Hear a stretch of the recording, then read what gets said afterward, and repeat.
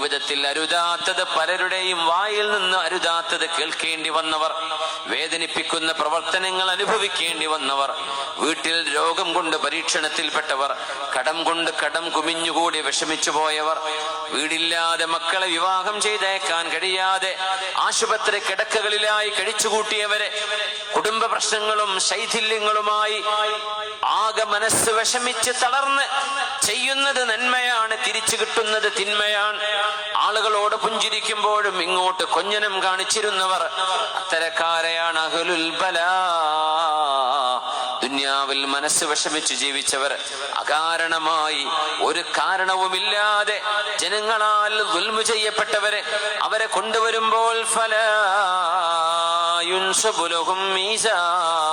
അവിടെ തുലാസിന്റെ നോട്ടമില്ല അവർക്ക്. അവരെ അല്ലാഹു തുലാസ് തൂക്കിയിട്ടല്ല സ്വർഗത്തിലേക്ക് പറഞ്ഞേക്കുന്നത്, തുലാസ് തൂക്കുന്ന പണി പോലും അവർക്കില്ല. വലാ യുൻശറു ലഹും ദീവാൻ, നന്മ തിന്മകൾ രേഖപ്പെടുത്തിയ രേഖകൾ പോലും അവരെ കാണിക്കുകയില്ലത്രേ.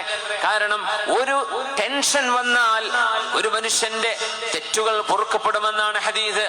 മുള്ളുകുത്തിയ വേദന, ഒരു മുറിവിന്റെ വേദന, ഒരു ഇഞ്ചക്ഷന്റെ വേദന, സർജറിയുടെ വേദന, കാൽമുട്ടിന്റെ വേദന, ഊരവേദനയുടെ വേദന, ഈ വേദനയൊക്കെ അനുഭവിക്കുമ്പോൾ എത്രയാണ് അല്ലാഹു പ്രതിഫലം നൽകുന്നത്, എത്ര പാപങ്ങളാണ് പൊറുക്കപ്പെട്ടു പോകുന്നത്. ഓരോ അനീൻ കിടക്കയിൽ കിടന്ന് തേങ്ങുന്ന തേങ്ങലിന് പോലും അല്ലാഹു പ്രതിഫലം നൽകുന്നുവെന്നാണ് ഹബീബുനാ റസൂലുള്ളാഹി ഞങ്ങൾ പറയുന്നത്.